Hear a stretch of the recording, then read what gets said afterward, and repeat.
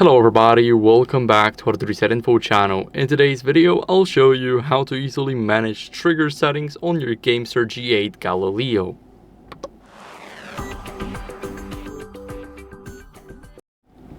So first, make sure that you have the GameSir app downloaded on your device. Now, if I go back here, this is what you will see.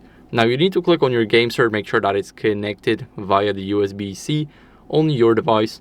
Click here and go to trigger settings.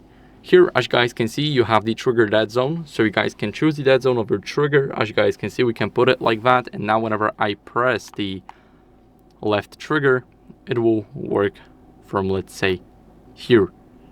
So now this is a bit of the dead zone. We cannot click it lightly. We can also change it to 0, and now we can go from 0 up to 95. So if we press so much, then it just won't work that well.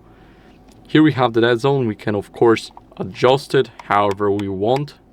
And here we also have the quick trigger switch. Basically what it does is it automatically goes to 255 and you do not have flexibility. So now I'm touching it lightly, as you guys can see, but when I click here and click now, it will automatically go to 255.